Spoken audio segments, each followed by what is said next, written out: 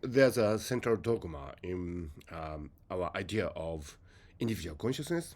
The idea is that, in the whole history of the universe, each one of us is born at a particular time and then live for 100 years, hopefully, and then passes away, and that's it. So after we pass away, there's nothing left of us. There's no afterlife. I think that's the central dogma of self consciousness in the modern scientific view, and that's totally all right with me. However, I do believe that this very idea that each of us are different and each of us has unique state of consciousness is probably not scientifically uh, rigorously checked. I have my consciousness, I know that. And you have your consciousness, those listeners, checking in this video.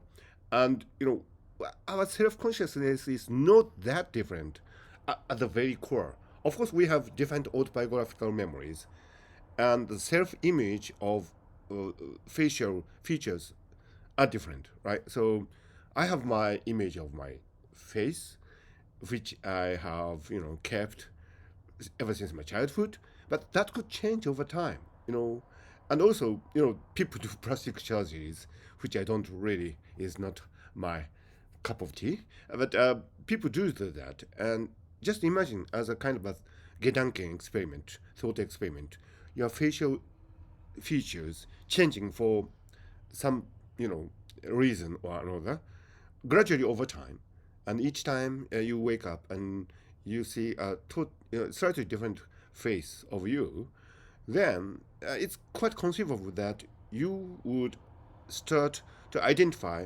yourself with that particular facial image, right? So facial self-image is changeable. That goes also for autobiographical memories. Of people have described the false memory syndrome. That's an extreme example, but we can conceive of the self as possessing and accessing to a totally different autobiographical memory, and that wouldn't actually touch the core of self consciousness. And the same goes for personal relationships and social status and so on.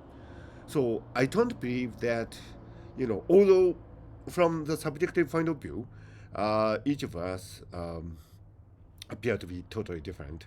I don't believe that at the core, the essence of self consciousness is that different from, people to people. So, given that fact, this central dogma of self consciousness that each of us is born at a certain time in the history of the universe and then goes on to live for certain time, period of time, and then passes away, and there will be nothing. This once and for all model of self consciousness is very suspect. And so we do need to have, you know, special framework to theoretical framework to describe this kind of thing.